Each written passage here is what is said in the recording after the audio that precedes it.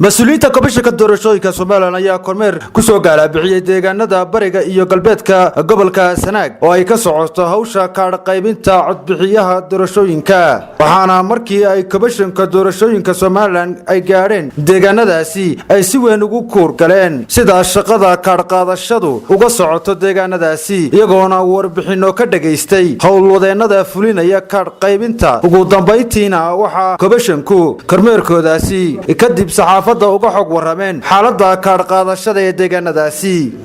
socodkeegaan ku soo baxnay Ergaabo ee aan ku soo maray goobaha soo dhan labadii goobada Elif Weyn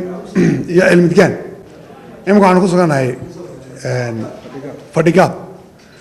oo ah meelihii loo tirinayay shaqooyin ku dhexmar dadka walaalaha ay wada deganaa maanta iyagoo ku wada jira oo aan idina dhexgelin ayay si gobanimo ku jirto u qaadanayeen kaarkooda ilaahay aan ka baryay halka inuu nagu sii wado nabad ilaahay baa keenay cid kale ma keento marka ilaahay ogolaado ma nabad ilaahay aan ka baryay inuu ka dhigo waqtigii nabadu ay hirgeli lahayd safarkeegana waa sii wadan doonaa oo garadag waan yar tagi doonaa waa kormeerkayga caadiga ah ku bixi jiray gobol kasta oo laga bilaabo kaar qaybinta waxaan ugu baaqaynaa dadweynaha gobolka Sanaag ee isdiiwaan geliyay inay ka faa'iideystaan fursadan kaar qaadashada waxaan soo maray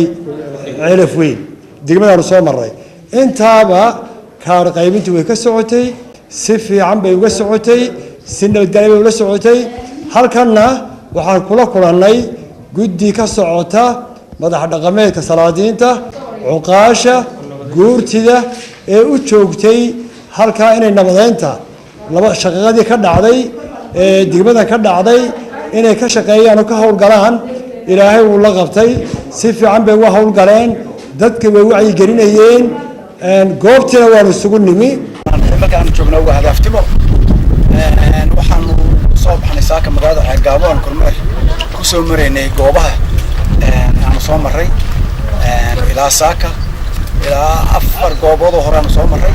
iyo magaalada hadaftimo hadda aan joogno weeyaan saddex goobood oo ah baran laba goobood oo hadaftimo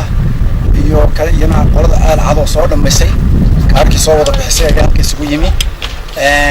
runtii maalmood hore ayaa lagu jiraa oo maanta waa maalintii saddexaad sabti axad isniin iyo maanta salaasa maalintii afraad ay weeyaan maanta hadii la qadar leeyahay waxaan soo aragnay intii aan soo soconay oo dhan goobuhu si fiican bay shaqadu uga socotay wax cilada ama arqalada oo haba yaraatay aan ku soo aragnayna meeyay jirin Yusuf Abdi Xasan Cabdi telefishinka caalamiga Universal magaalada Ergaabo.